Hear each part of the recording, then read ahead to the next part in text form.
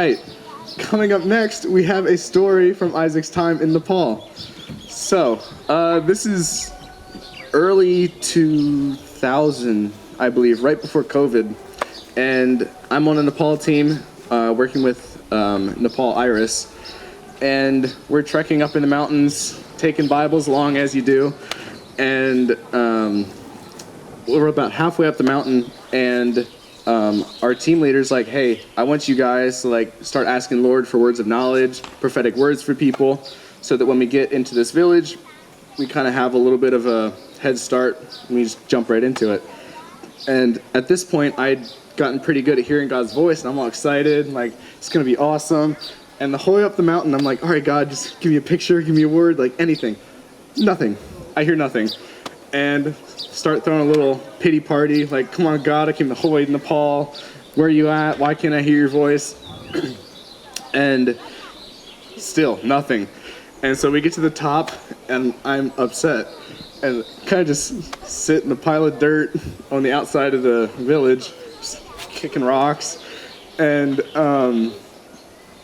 then this dude, I need a volunteer. Oh, this is good. Come on. Let's go. All right. Okay, yeah, this will work. So, the guy is hobbling along. This knee is completely locked. It doesn't move. It's just straight. This arm is all curled up like this, and it doesn't move. It just stuck right there. He is deaf.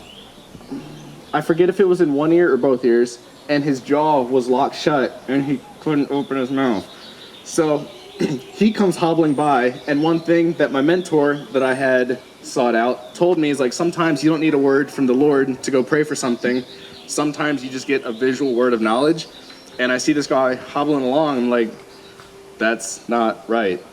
So I'm like, hey, can I pray for you in the name of Jesus? I said it in Nepali at the time. I kind of forgot what it... Anyhow. Where did it start? Oh, yes, we started with the ear, and I started praying for his ear. 25, 30 minutes go by, and then I snap, and he turns his head, and he looks at me, I'm like, oh my goodness, this is so cool. And so then I start praying for his jaw, and then 15, 20 minutes of prayer, and there was a weird pop, and he do the whole jaw stretching thing, and he's moving it all around, and so I'm like, wow, it's working. And then I started praying for his arm. And after 5 minutes, again, more strange, not pleasant popping noises. And then it's all stretching out. At this point, I'm in tears, barely able to talk, struggling to stand. And then I reach down, and as soon as I touch his knee, one more really disgusting pop. And he just walks off, and I fall on the ground, just like, oh my goodness, God, I'm so sorry. Repenting, praising God for the healing he just experienced, all that. So that was Nepal in 2020. Real fast. Yeah, what's up? So you were... How long total were you praying for this guy? 45 minutes, 50 minutes, an hour. Like an hour? Yeah. Wow. Did you ever just want to give up and stop? I had a speaker. Somebody here in Kona had talked to us, and they were saying look, I'm gonna butcher this. Essentially, sometimes it takes more than one prayer, and so I was just committed to it, and I'm like, I'm seeing this guy's ear healed, I'm seeing his arm healed, I'm not settling for any less. And the bummer of it all was he walks off, and I'm stuck on the ground crying and repenting. I'm like, I need to preach the gospel.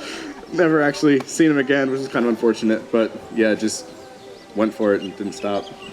Wow. Well, that still sounds like a huge win for him. Yeah. Yeah.